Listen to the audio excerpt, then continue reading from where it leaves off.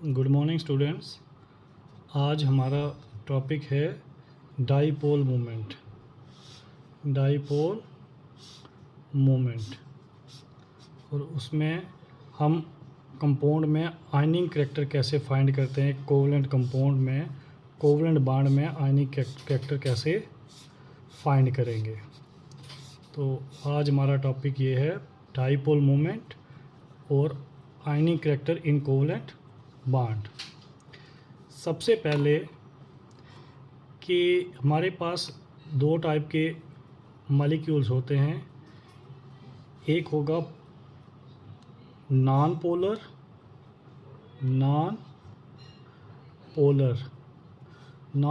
वो हो गया जिसमें हमारे पास जो एटम मॉलिक्यूल बना रहे हैं उनकी इलेक्ट्रोनेगेटिविटी सेम होनी चाहिए। इलेक्ट्रोनेगेटिविटी सेम होगी तो वो हो गए नॉन पोलर। और अगर हमारे पास पोलर हो गए कि अगर हमारे पास कोई मॉलिक्यूल बन रहा है जिनमें इलेक्ट्रोनेगेटिविटी का डिफरेंस हो, जैसे ऊपर का मॉलिक्यूल दो हाइड्रोजन एटम से बना है और इन दोनों की इलेक्ट्रोनेगेटिविटी सेम है, तो जो शेयर्ड इलेक्ट्रॉन हैं बिल्कुल सेंटर में होंगे। लेकिन अगर हम ये मॉलिक्यूल देखें, इसकी इलेक्ट्रोनेगेटिविटी कम है, हाइड्रोजन की इलेक्ट्रोनेगेटिविटी कम है, फ्लोरीन की इलेक्ट्रोनेगेटिविटी ज़्यादा है, तो जो शेयर्ड इलेक्ट्रॉन हैं थोड़े से फ्लोरीन की साइड पे होंगे, तो इलेक्ट्रॉन जिसके पास होंगे उस पे थोड़ा सा डेल्टा नेगेटिव चार्ज आएगा और जिससे दूर होंगे उस पे डेल्टा पॉजिटिव चार्ज आएगा। तो ये जो हमारे पास पोलर मॉलिक्यूल जो हैं, इनमें ये करैक्टर है कि एक पे नेगेटिव चार्ज एक पे पॉजिटिव चार्ज, उसको हम क्या करते हैं, मेजर करते हैं in terms of dipole moment. In terms of dipole moment मतलब polarity of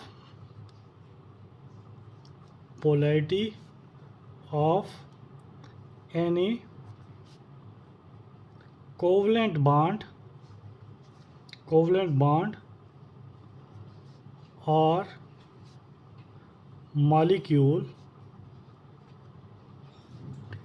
molecule is measured in terms of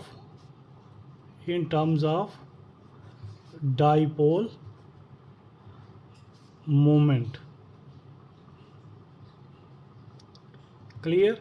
जो ये नेगेटिव और पॉजिटिव चार्ज है इसको मेजर करते हैं हम किससे, डाईपोल मोमेंट, मतलब ये यूनिट है कि इनमें कितना पॉजिटिव और नेगेटिव चार्ज आएगा।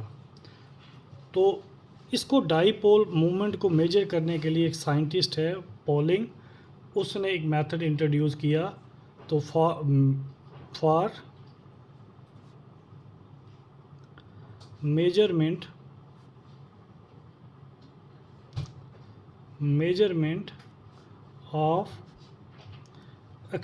of extent of polarity, Pauling introduced the concept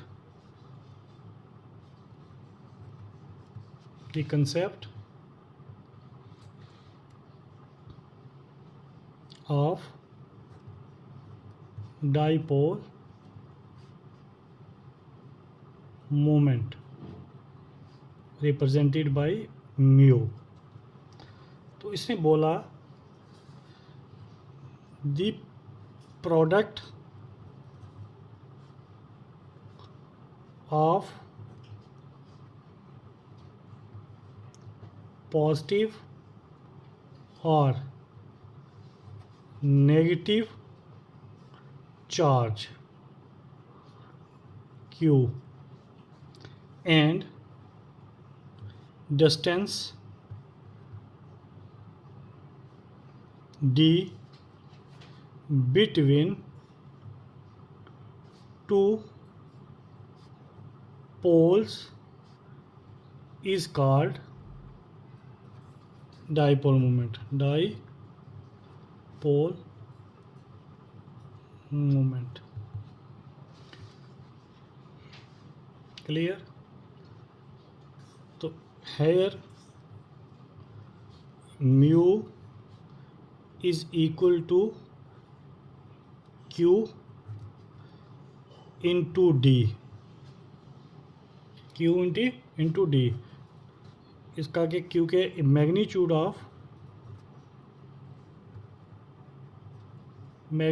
of charge into distance.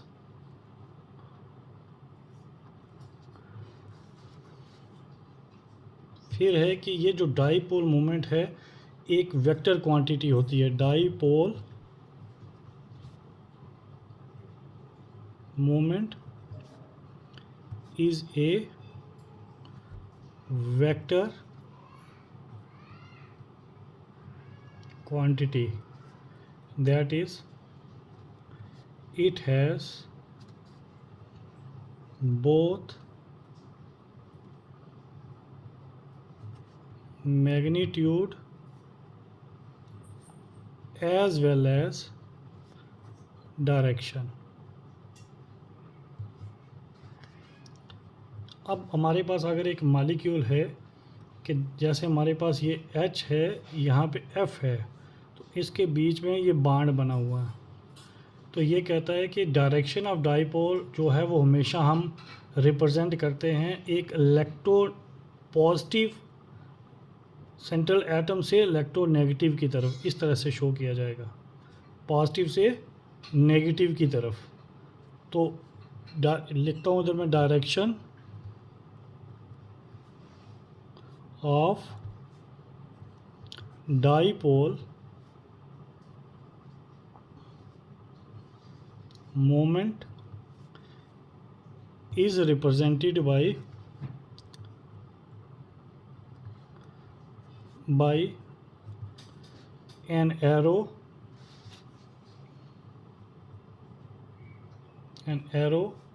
pointing from electropositive to electronegative element and from central atom to lone pair of electrons। Clear? Unit जो होते हैं dipole moment के, units of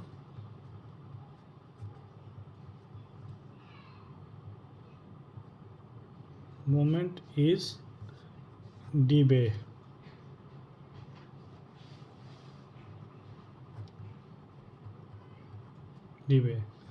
1 dBA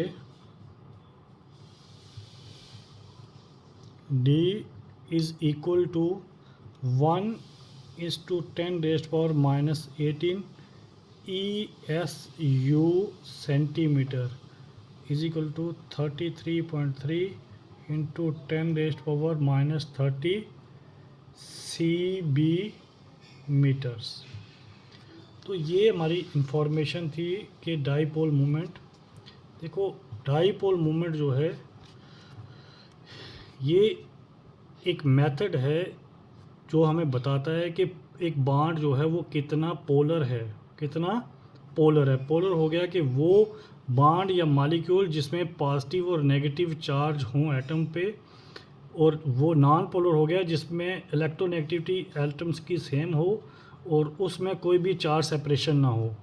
तो इसको explain, ये जो polarity of any covalent bond, किसी भी कोवलेंट बांड की, ये बांड कोवलेंट है, एक इलेक्ट्रॉन हाइड्रोजन ने दिया, एक इलेक्ट्रॉन फ्लोरीन ने दिया, तो एक्चुअली बॉन्ड कोवलेंट है, तो कोवलेंट बॉन्ड में भी आयनिक करैक्टर होता है। जब आयनिक करैक्टर होगा तो उसमें जो इलेक्ट्रोनेगेटिव एलिमेंट होगा ये इलेक्ट्रॉन सेंटर में ना हो के उसके पास चले जाएंगे, उसकी वजह से क्या होगा, उस पर नेगेटिव चार्ज आएगा और दूसरे पे जिससे दूर जाएंगे उस पर पॉजिटिव चार्ज आएगा। तो ये पोलैरिटी जो होती है इसको मेजर किया कैसे, डाईपोल मूवमेंट से। डाईपोल मूवमेंट से हम इसको मेजर करते हैं। For measurement of extent of dipole, polling scientist है एक, उसने दिए introduce the concept of dipole movement. तो कंसेप्ट ऑफ डाईपोल मूवमेंट किसने इंट्रोड्यूस किया, पॉलिंग ने।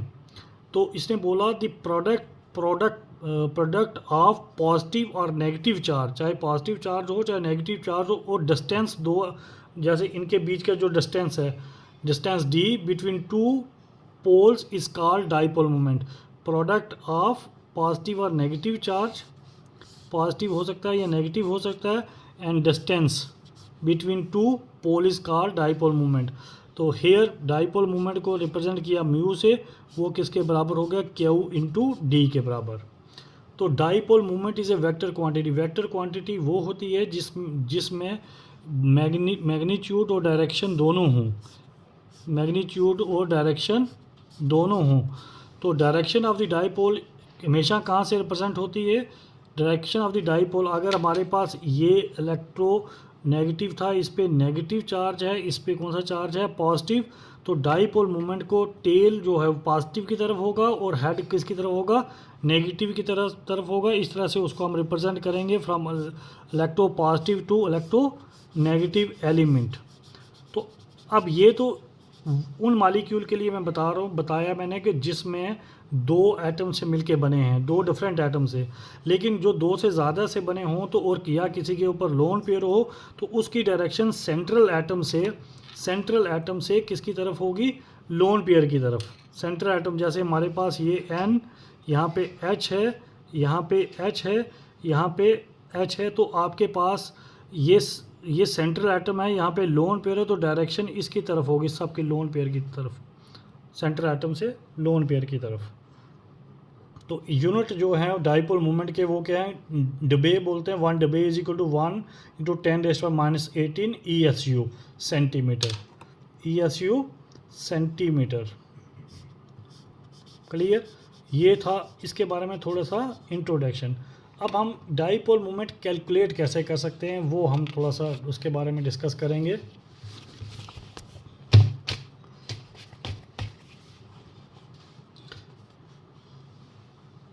तो हमारे पास है next calculation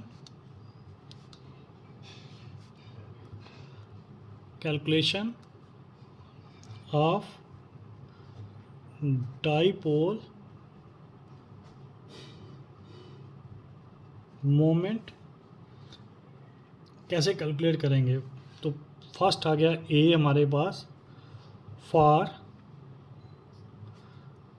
die atomic molecules. तो हमारे पास जो दो एटम से मॉलिक्यूल बने हुए हैं तो वो भी हमारे पास क्या होता है, दो टाइप के होते हैं। एक हो गया हमारे पास होमो एटॉमिक मॉलिक्यूल्स, होमोटॉमिक मॉलिक्यूल्स। अब जिसमें क्या है कि दोनों एक ही जैसे वो एक जैसे ही दोनों एटम हो उनको बोलते हैं होमोटॉमिक मॉलिक्यूल। जैसे मैं लिख दूं ये फॉर एग्जांपल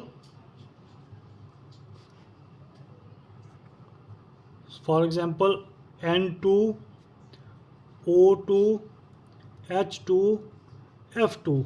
तो अगर मैं इनको लूं तो ये जैसे F है और ये F है, तो ये दोनों एक ही जैसे हैं, तो इनको बोलेंगे होमोटॉमिक एटॉमिक मॉलिक्यूल्स। तो इनमें क्या होता है कि इलेक्ट्रोनेगेटिविटी चेंज होती है। मैं बोलता हूँ इलेक्ट्रोनेगेटिविटी चेंज, दो एटम के बीच में जो इलेक्ट्रोनेगेटिविटी का डिफरेंस होता है उसको रिप्रेजेंट करें डेल्टा EN से, चेंज इन इलेक्ट्रोनेगेटिविटी। वो हमेशा किसके बराबर होगी, ज़ीरो के। जब इलेक्ट्रोनेगेटिविटी डिफरेंस ज़ीरो होगा तो जो हमारे पास ये चार्ज होगा वो भी क्या होगा, ज़ीरो होगा। तो जब आपके पास चार्ज हमारे पास ज़ीरो होगा तो हमारे पास जो म्यू है, म्यू क्या हो गया, डाईपोल मोमेंट, म्यू भी क्या हो जाएगा, ज़ीरो। तो मैं लिखूंगा इधर dipole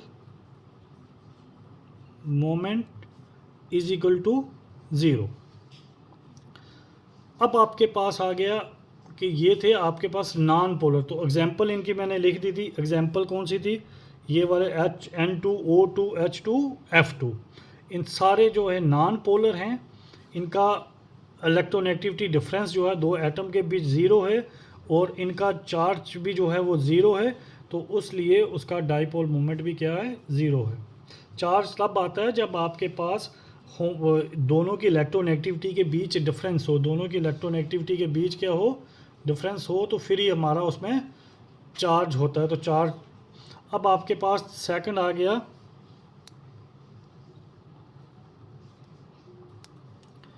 hetero atomic molecules, हेटेरोटॉमिक molecules. तो ये वही बात होगी, made up of different, made up of different atoms, जो डिफरेंट एटम से बने हों उनको बोलेंगे हेटेरोटॉमिक मॉलिक्यूल्स। ठीक है।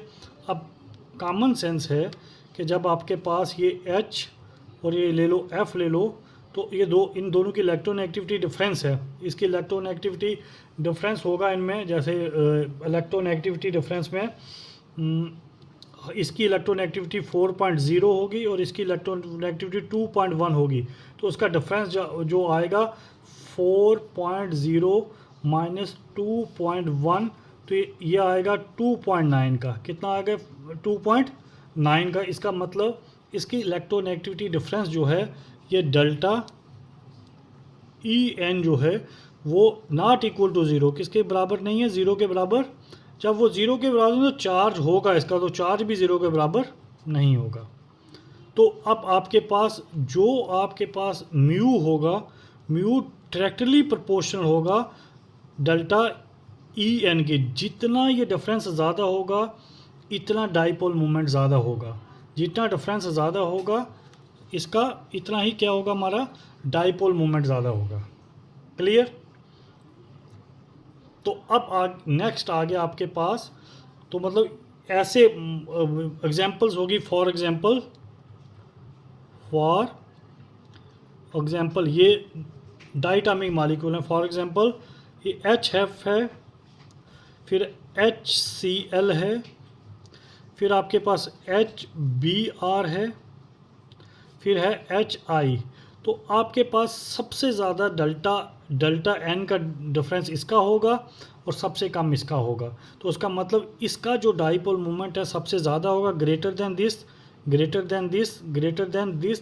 तो जब हम एक ग्रुप में फ्लोरीन, क्लोरीन, ब्रोमीन, आयोडीन, जब ग्रुप में हम क्या करते हैं, ऊपर से नीचे आते हैं, इलेक्ट्रोनेगेटिविटी घटती है, इलेक्ट्रोनेगेटिविटी डिक्रीजेस।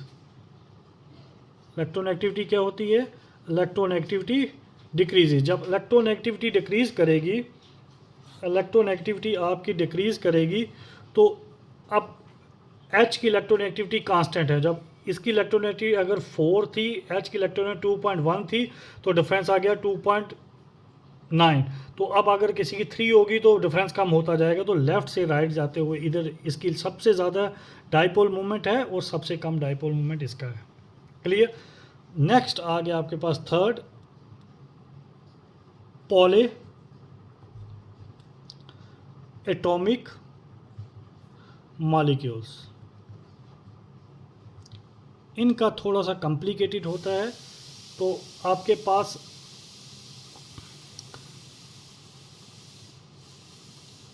तो इनमें आपको थोड़े से रूल्स देखने पड़ेंगे। तो सबसे पहले हो गया कि net dipole moment is equal to the vector sum is equal to vector sum of all the dipole present in molecule.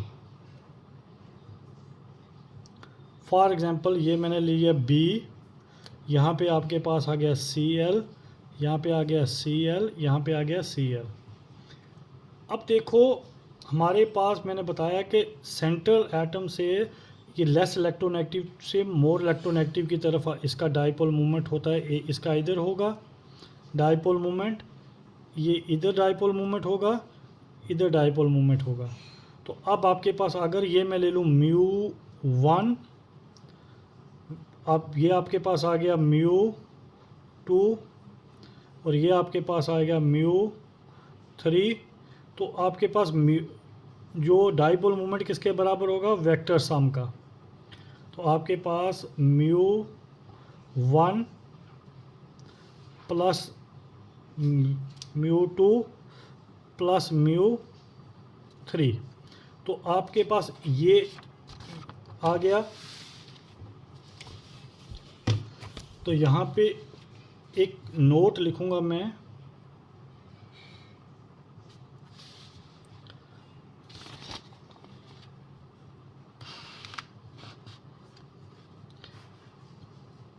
if in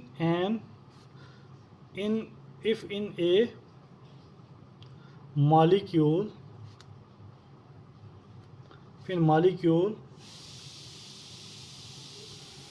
surrounded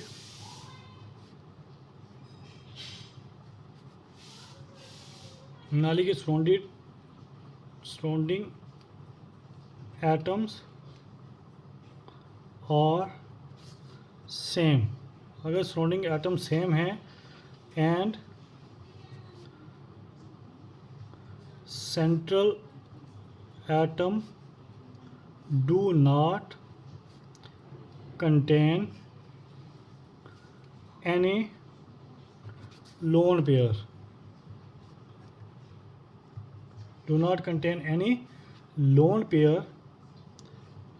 the dipole moment of molecule is always 0. For example,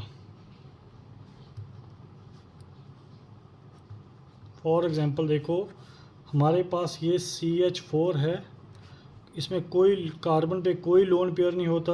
आपने ये पढ़ा हुआ है इसमें वैलेंशियल electron pair repulsion theory में। तो यहाँ पे 4 हाइड्रोजन है, चारों के चारों सेम है, इसमें 0 होगा, BF3 में 0 होगा, PCl5 में 0 होगा, SF6 में 0 होगा। ठीक है, ये एक। दूसरा, if in a molecule central atom contain more than one lone pair, then the dipole moment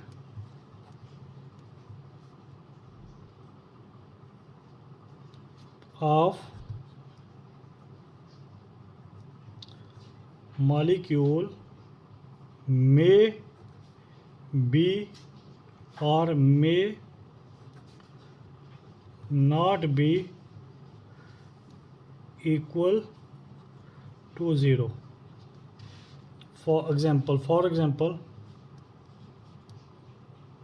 ये आपने वैलेंशियल इलेक्ट्रॉन पेयर रिपल्शन थ्योरी में मैंने आपके साथ डिस्कस किया हुआ है। फॉर एग्जांपल, पहला कंपाउंड मैं लिखता हूँ XeF4। आपको पता है XeF4 की हाइब्रिडाइजेशन जो है अगर आप निकालोगे तो क्या होगी, sp3d2। जब sp3d2 हाइब्रिडाइजेशन हो तो उसकी शेप होती है ऑक्टाहेड्रल, पर इधर तो 4 ही एफ हैं, तो 4 एफ ऐसे लगेंगे और आपके पास एक लोन पेयर इधर होगा, दूसरा लोन पेयर इधर होगा। अब आपके पास लोन पेयर देख तो इसका डाइपोल इधर है, इसका डाइपोल इधर है, इसका डाइपोल इधर है, इसका डाइपोल इधर है। तो एक प्रॉपरली एक सिमेट्रिकल वे में ये क्या खींच रहा है, ये इधर खींच रहा है, ये इधर खींच रहा है, ये इधर और ये इधर, प्रॉपर वे में। तो इसका भी म्यू इज इक्वल टू 0।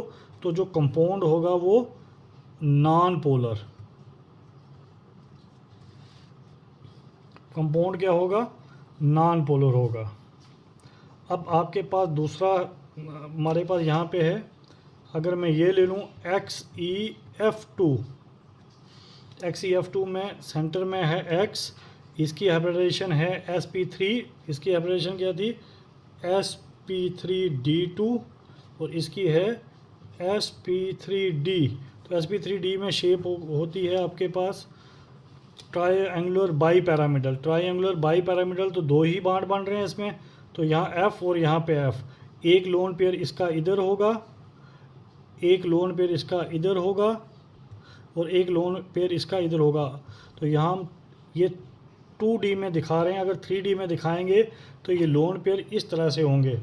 हमारे पास जो लोन पेयर हैं तो लोन पेयर इस तरह से होंगे, एक इधर एक इधर, ऊपर एक बाण नीचे एक बाण। तो ये भी एक प्रॉपर डायरेक्शन में खींच रहे हैं सिमेट्री में। तो जब सिमेट्री में खींचे तो आपके पास इसका डाइपोल मूवमेंट यहाँ से, ये देखो मैंने एक बताया था कि इस जब लोन पेयर हो तो सेंटर एटम से लोन पेयर की तरफ जाएगा डाइपोल मूवमेंट, इधर भी सेंटर एटम से लोन पेयर की तरफ, इधर भी सेंटर एटम से लोन पेयर की तरफ। ये ऊपर और ये नीचे, ये जितना ऊपर खींच रहा है ये इतना ही नीचे खींच रहा है। तो ये तीनों जो हैं ये इस तरह से ट्राइंगुलर इस तरह से होते हैं, तो ये भी बराबर एक ही साइड खींचते हैं। ये इधर खींचेगा, ये इधर खींचेगा, नेट रिजल्ट 0 हो जाएगा। तो इसका म्यू भी क्या होगा, म्यू इज इक्वल टू 0। तो क्या होगा, ये नॉन पोलर। क्लियर? इसमें कोई प्रॉब्लम है तो बता दो।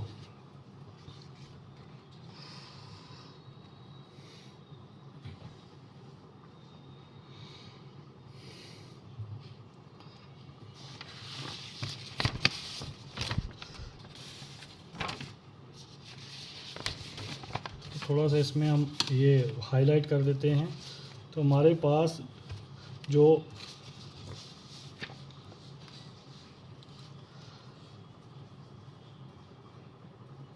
होमोन्यूक्लियर डाइटामिक मॉलिक्यूल्स हैं, होमोन्यूक्लियर डाइटामिक मॉलिक्यूल्स, इनका म्यू 0 होता है। म्यू क्यों 0 होता है, इसमें आपके पास चेंज इन इलेक्ट्रोनेगेटिविटी 0 है और चार्ज 0 है।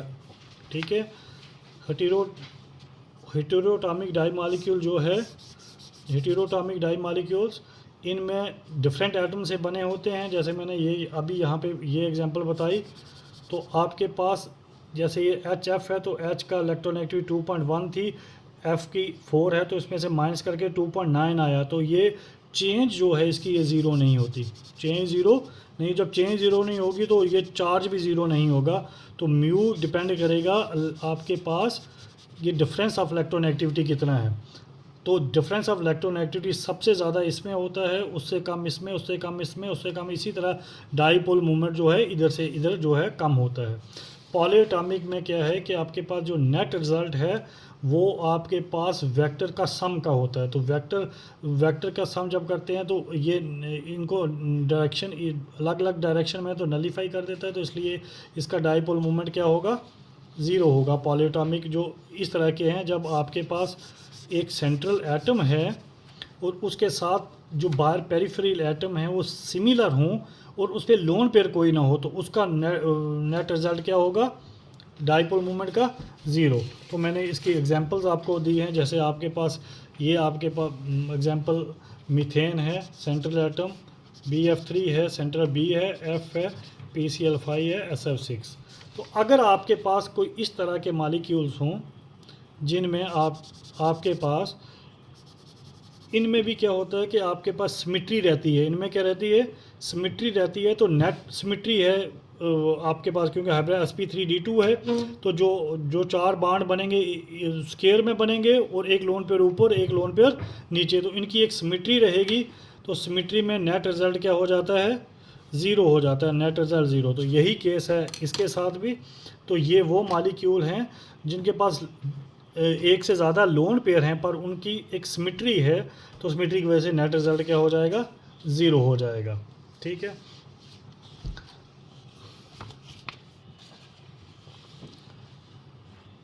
अब नेक्स्ट है हमारे पास, इम्पॉर्टेंट है, इसमें important note,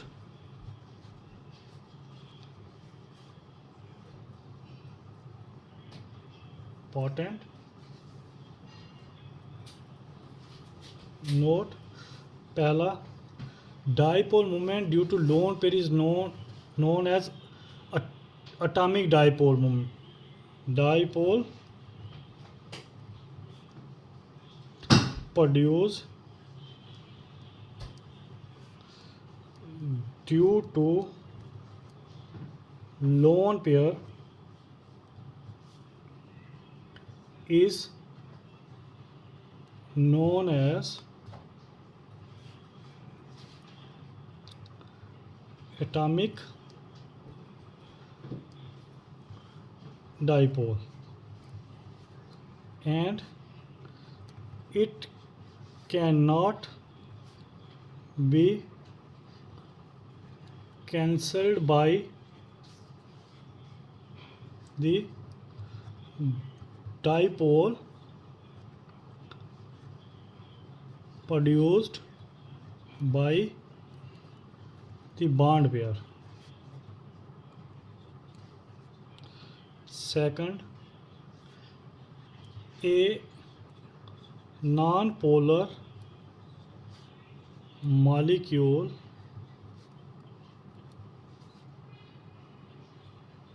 may have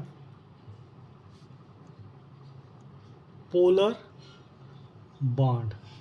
non pole molecule जो है, नॉन पोल मॉलिक्यूल में पोलर बॉन्ड हो सकते हैं। ओवरऑल मॉलिक्यूल जो है वो क्या है, नॉन पोलर है, नॉन पोलर है, लेकिन वो पोलर बॉन्ड हो सकते हैं, में है पोलर बॉन्ड। अब वही बात होगी, फॉर एग्जांपल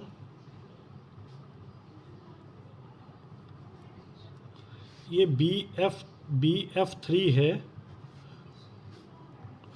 ओवरऑल मॉलिक्यूल क्या है, BF3 overall molecule non polar है, ओवरऑल मॉलिक्यूल नॉन पोलर है। Molecule is non polar but it contain 3 polar bonds। इसी तरह आपके पास ये एग्जांपल आगे दूसरी CCl4 SiCl4 CH4 CS2 CO2 PCl5 etcetera. ये मॉलिक्यूल जो हैं एज ए मॉलिक्यूल ये नॉन पोलर हैं, बट इनमें पोलर बॉन्ड हैं। क्लियर। नेक्स्ट इसका जो पॉइंट है, polar molecule polar molecule have non polar bond. Polar molecule जो है वो नॉन पोलर बॉन्ड उसका हो सकता है। फॉर एग्जांपल ये आपके पास है PH3NCl3, यहाँ पे ये है NH3, इसके पास लोन पेयर है, दूसरा PH3 इसके पास लोन पेयर है, यहाँ पे NF3 इसका लोन पेयर है। तो आपके पास आपके पास ये नाइट्रोजन अगर मैं करूँगा तो यहाँ पे आपके पास एक H, दूसरा H, तीसरा H, और यहाँ ऊपर आपके पास क्या होगा, लोन पेयर होगा। तो आपके पास यहाँ से ये इधर खींच रहा है डाइपोल, दूसरा डाइपोल, तीसरा डाइपोल, चौथा डाइपोल। क्लियर। तो दूसरा आ गया आपके पास, यहाँ पे मैंने P 1 2 3, और यहाँ पे आपके पास क्या है, ये लोन पेयर, ये इधर खींच रहा है, और तीसरा लास्ट वाला आ गया N, यहाँ पे आपके पास आ गया F F F, तो यहाँ आपके पास आ गया लोन पेयर। तो अब आपके पास देखो कि इसको अगर देखोगे तो इसकी सबकी डायरेक्शन इधर से ऊपर की तरफ है, सबकी डायरेक्शन इधर से ऊपर की तरफ है डाइपोल मोमेंट की। तो ये मॉलिक्यूल पोलर होगा।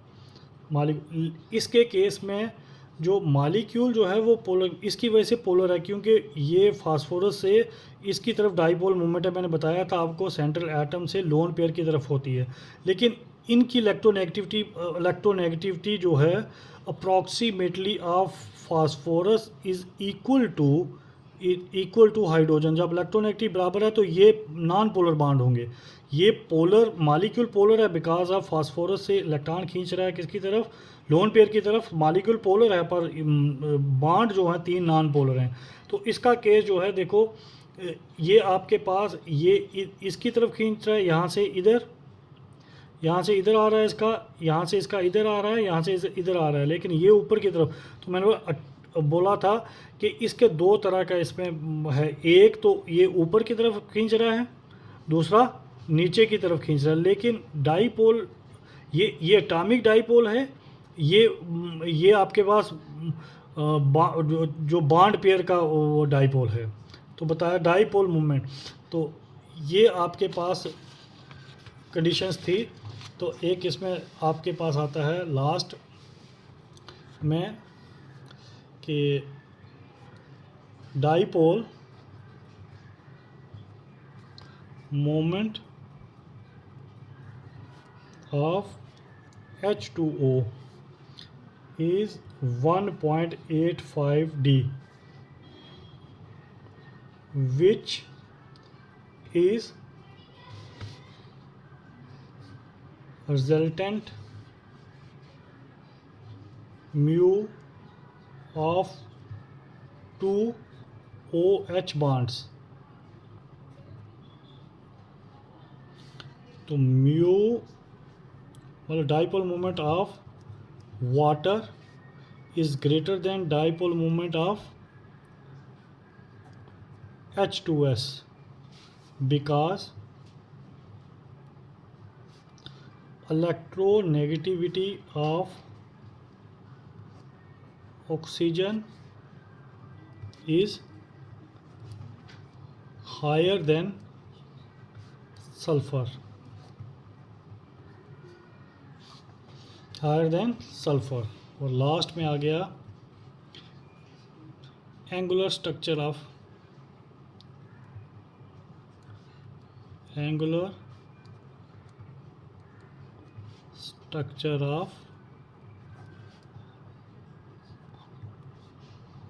molecules have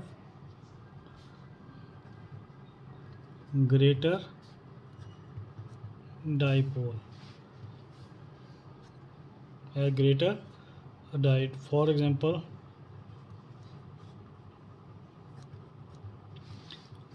ये आपके पास CCl4 है, दूसरा CHCl3 है, तीसरा CH2Cl2 है, और चौथा CH3Cl है। अब आपके पास इसका तो स्ट्रक्चर ऐसा होगा 1 2 3 4 सभी side Cl Cl Cl Cl। इसका स्ट्रक्चर होगा Cl Cl Cl और H। इसका structure CH Cl Cl H, और इसका होगा CH H H और यहाँ पे Cl। ठीक है। तो इसका म्यू जो है वो 0 है, इसका म्यू जो है 1.02 है, इसका म्यू जो है 1.55 है, और इसका म्यू जो है 1.9। तो एंगुलर स्ट्रक्चर, एंगुलर स्ट्रक्चर, ठीक है, जिसका एंगुलर स्ट्रक्चर होगा उसका डाइपोल मोमेंट ज़्यादा होगा, और जिसका स्ट्रक्चर जो मतलब इसमें एक एंगल बन रहा है इनके बीच में, तो एक ही एंगल है, तो डाइपोल स्ट्रक्चर इसका वो डाइपोल मोमेंट ज़्यादा है, इसका उससे कम, इसका उससे कम, इसका सबसे कम। क्लियर। तो ये था आज आपका about dipole moment, about dipole moment. तो आपको ये इसका बताया मैंने कि polar molecule have non polar bond. Polar molecule जो है उनके नॉन पोलर बॉन्ड हो सकते हैं। मॉलिक्यूल पोलर है, ये मॉलिक्यूल पोलर है, पर बॉन्ड ये जो है आपके पास देखो ये कंप्लीटली पोलर, ये कंप्लीटली क्या है, पोलर मॉलिक्यूल, पोलर बॉन्ड्स। ये आ गया polar molecule non polar bonds. Clear. तो आपके पास ये मॉलिक्यूल है जिसके बॉन्ड भी, मॉलिक्यूल भी पोलर है, बॉन्ड भी पोलर हैं। इसमें पोलर मॉलिक्यूल है पर बॉन्ड नॉन पोलर हैं। क्लियर। तो आगे आपके पास था ये लास्ट में कि dipole moment of water. Water का डाइपोल मोमेंट वाटर का कितना है आपके पास 1.85। तो आप वो किसकी वजह से, देखो इस दोनों के, इन दोनों में से इसकी इलेक्ट्रोनेगेटिविटी, वाटर की ऑक्सीजन की इलेक्ट्रोनेगेटिविटी ज़्यादा है सल्फर, लेकिन दोनों में लोन पेयर 2-2 हैं। तो जब दोनों में लोन पेयर 2-2 हैं, जिसकी इलेक्ट्रोनेगेटिविटी ज़्यादा होगी, तो आपके पास जैसे ये वाटर में लिख रहा हूँ, ये O, यहाँ पे H, यहाँ पे H, यहाँ S, यहाँ पे H, यहाँ पे H, तो यहाँ पे 2 लोन पेयर हैं। तो ये लोन पेयर 1 और ये लोन पेयर 2, इसमें भी 2 लोन पेयर हैं, 1 और 2। तो आपके पास देखो इसकी इलेक्ट्रोनेगेटिविटी ज़्यादा होगी, तो इधर से ये इलेक्ट्रॉन इधर जाएंगे, इधर से इलेक्ट्रॉन इधर जाएंगे, इधर से इलेक्ट्रॉन इधर जाएंगे, इधर से, तो इसका एक ही साइड पे खींच रहे हैं सारे इलेक्ट्रॉन। लेकिन इसके केस में ये तो इधर जा रहा है, ये भी इधर खींच रहा है, लेकिन इनकी जो है इलेक्ट्रोनेगेटिविटी नियरली सेम होती है। किसकी electronegativity of sulphur is nearly equal to electronegativity of hydrogen. तो इसलिए इसका क्या है, इसका डाइपोल मोमेंट दोनों की वजह से, एक एटॉमिक डाइपोल मोमेंट भी है और बॉन्डेड इलेक्ट्रॉन का डाइपोल मोमेंट ही है। लेकिन इसमें खाली जो आपके पास एटॉमिक डाइपोल मोमेंट मींस जो डाइपोल मोमेंट लोन पेयर की वजह से होता है उसकी वजह से है, और बॉन्ड की वजह से कोई डाइपोल मोमेंट नहीं। इसलिए dipole moment of H2O is greater than H2S dipole moment. तो ये था पूरा हमारा डाइपोल मोमेंट के बारे में थॉरोली डिस्कशन। इस लेक्चर को आराम से देखना, जहाँ समझ नहीं आए तो कल ये क्वेरीज कर लेना। Thank you. आज के लिए इतना ही बहुत है।